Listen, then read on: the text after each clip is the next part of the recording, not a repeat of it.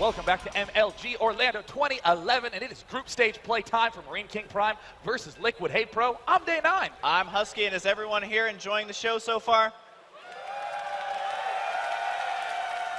I am enjoying the signs. I will say that that's usually one of my favorite parts about MLG. Oh, wait. And, something. LiquidHaypro choosing Terran on accident. Oh. Wow, man, that would have been pretty interesting. Let me describe the thought process that went through my head. I saw LiquidHaypro as Terran, and then I saw him not moving his SCVs, and I thought, oh, he's lifting and he's going to move to the gold. And then he just left the game. So we're going to go ahead and rehost once again. The map choice, interestingly, Shattered Temple by LiquidHaypro. I would love if he lifted to the gold on Shattered Temple. Got all those rocks in the way, man, and he still manages to pull that one out. And there we go. Yeah, we're going to go ahead and, of course, get that game restarted as, you know, getting a little shooken up after that last game. Got to make sure you pick the right race, as you have a much higher chance of winning if you're playing your main race. That is absolutely true, and I actually wonder, in what tournament does that match result hold? In what tournament do you spawn Terran and they say, I'm sorry? Terran. I'm sorry? In fact, though, for MLG, you have to submit your race before the match starts. Right. And if for some reason what was decided before the match is not in the game, the match result is negated, such as playing on the wrong map, playing with the wrong race. So here we are, attempt number 2 of game number 2, LiquidHaypro versus MarineKingPrime. To requote Husky, are you guys enjoying the show? I feel like in the span of 15 seconds, they enjoy it at a much higher level now, Sean. That is absolutely true. They actually got to see themselves enjoying it. All right, so let's make sure to make some noise, guys, as these games, well, I guess we've only seen one so far, have already been quite interesting. Spawning down in the bottom center, it is Reddit's hero. It is the player who just lifted off to the high yield expansion. It is Marine King.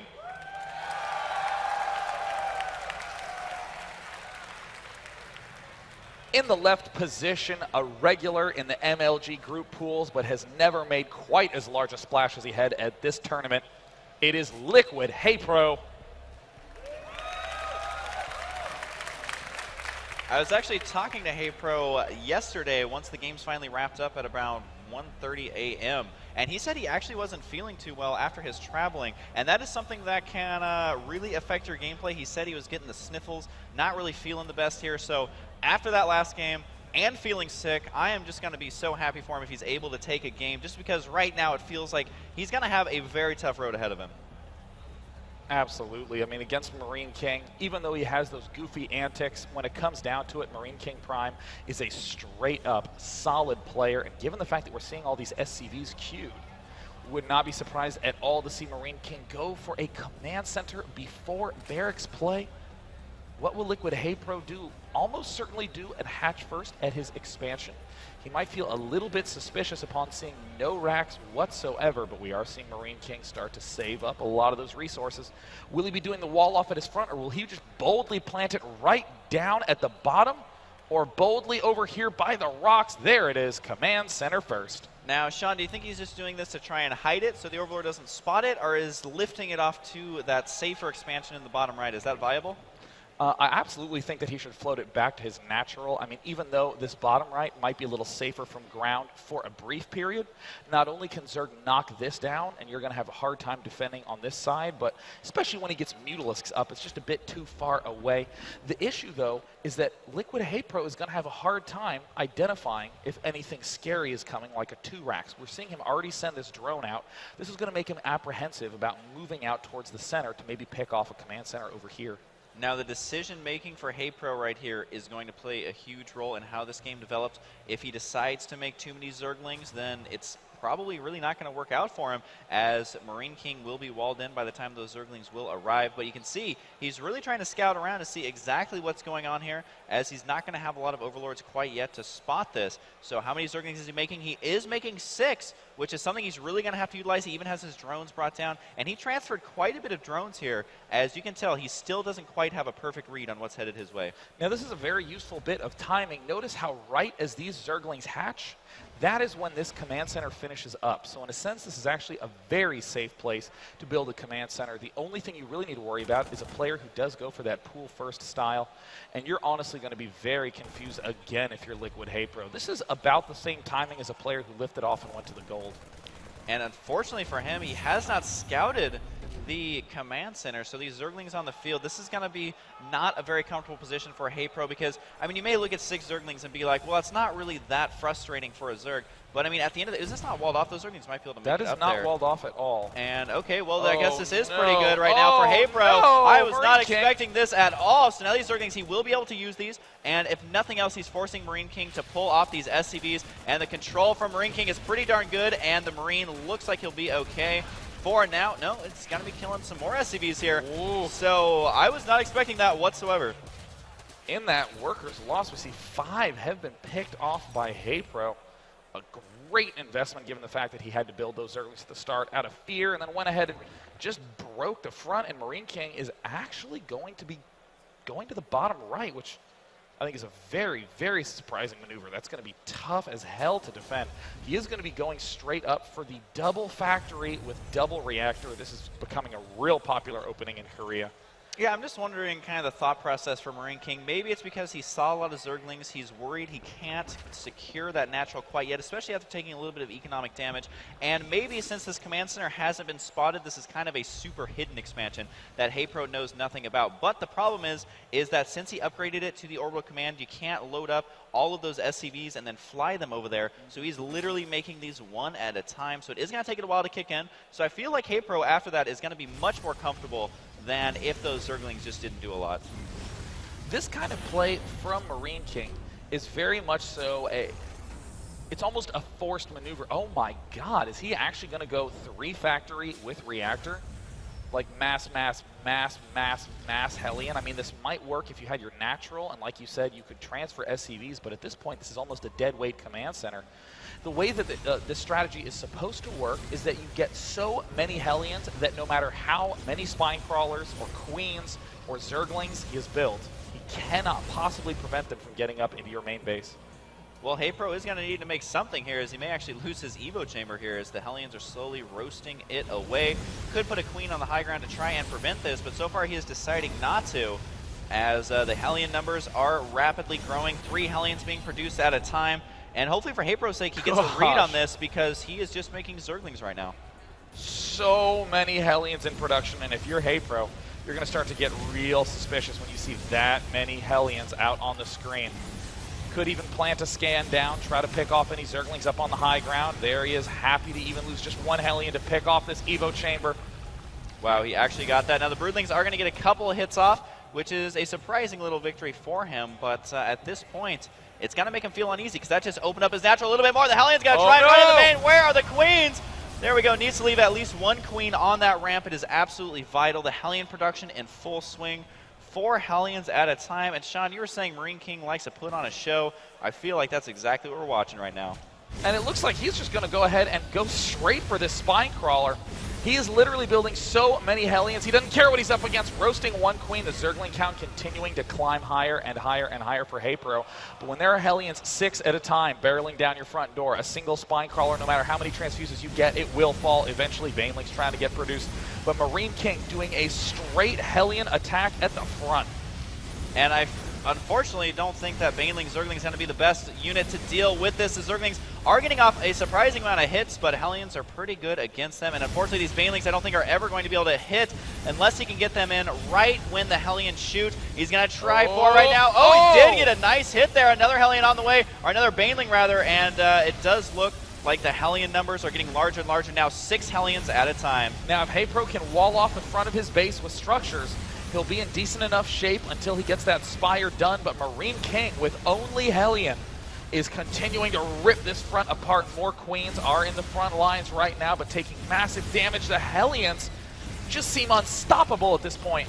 The Baneling's trying to get more damage on there, but we do have mutas on the way right now. It's just there's no roaches, there's no spine crawlers up and running. The Hellions right now going to be making a move.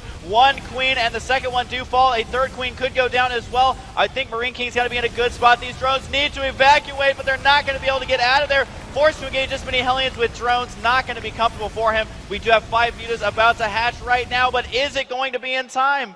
It looks like he has only Hellion production available. The mutas do pop, but we see 90 food for MarineKingPrime. And look, making 1 Marine to deal with that Mutalisk threat and an engineering bay and all the poor drones in the main. Oh, no. Hide your drones, hide your wife.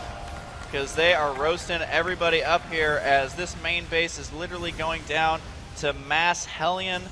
And unfortunately for HayPro, he tried to go for the mutas, but he did not get enough defense. Now his muta numbers are at an annoying amount, but I just feel like Marine King going to do what Marine King does best, and that is make Marines. And it looks like HayPro trying to establish some kind of drone number, but right now he has no drones. None at all. Oh man, he's going to have the most cost-effective list of all time. Now he is killing MarineKingPrimes. Oh, SCVs, but the missile turret does finish, and he can just mass repair that turret, save those. One muta goes down, and he literally has enough just to make one drone, and that's it. This is going to be the last drone. The only one left. HayPro's trying to find some angle where he can move in. The bottom right expansion is now defended with turrets. And HayPro suffering 2 insane games in a row. Absolutely unseen strategies back to back. Yeah, sometimes the double reactor Hellion comes, but rarely the triple reactor Hellion. And unfortunately for HayPro, he didn't want to take the risk of getting those spine crawlers, but it really is working against him at this point. He just does not have enough to, now he has enough for another drone, but I just feel like the income is currently almost 2,000 to 40 here, Sean. Yeah, this is going to be a little bit difficult to come back from. But he's doing his best, and the Hellions move out. Oh my gosh. This is terrifying. This is a hit squad that has exactly one target. But is it going to be the karate drone? He does transfer inside the main, so he's going to be safe. This is kind of like having your own mansion where you can just run around the entire place by yourself. And HayPro now, his income is up to 60 minerals per minute. So in about 60 seconds, we'll see another drone started. I really like that transfuse on the Mutalist because, believe me, he doesn't actually need the larva injects right now. So he will be continuing to pull around, actually admirably trying to make some sort of magic happen with these Mutalists. And we're seeing that unit's loss tab becoming increasingly close together, but there's just nothing that you can do when there is this much insane production. This is literally macro, pure and simple. Not a single upgrade, I think, has even finished for Marine King this entire game long. Yeah, as soon as HayPro sees these Marines, that is going to be it. It is 19 supply to 98. So Marine King giving us quite the show here with just very creative builds. HayPro going all in with his last few remaining units. I have a feeling right here this is going to be it. And there the Queens fall. The Mutalists are down. And there's the good game for MarineKingPrime. 3-1 in pool number A. That's going to put him in excellent position to be able to take first place in the group. He has only one opponent remaining, and that is EG's Idra, the undefeated Zerg. Yeah, Idra is in such good shape right now. Do we have any crazy updates kind of on your feed over here, Sean? Well, I can tell you that in terms of White Raw versus Veritas from the lower bracket, White Raw wins 2-0. And we'll be facing Hasu Obs from Now Sports next. That is going to be a PvP, and I believe, is that the finals of the lower brackets? There's one more round before advancing forward. So White Raw, once again, is getting very close to making Championship Sunday again. LiquidHaypro has successfully defeated Doro, the Canadian Protoss, in Pool D. So that puts Hero's final score at 3-2, just behind OGS MC. Yeah, STC is still at 3-0 as some of those games have yet to be played. And just a lot of interesting results here so far. Make some noise for MarineKingPrime. Coming all the way from the open bracket, the crowd loves it. I mean, that's one thing that is so awesome about the StarCraft community. Truly community-funded entertainment. They wanted their favorite player to show up and give those incredible matches. And we got to cast them. Oh my God, he lifted to the gold in game one. And it was a ZVT, Sean. That is nuts. I mean, what if his opponent builds a pool early? It would be all over. But he did decide to go for the expansion first. I think that was my favorite game of this MLG so far. Maybe not the most epic long game, but the fact that he did that on a stage match at this stage of the tournament where these games are actually awesome and very important, I got to hand it to him. I'm shaking his hand from all the way over here. Yeah, and you know, the fact that he went 3-reactor Hellion and just barreled at the front door, didn't try to do any cutesy run by it, just said, yeah, I'm just going to keep attacking till you lose.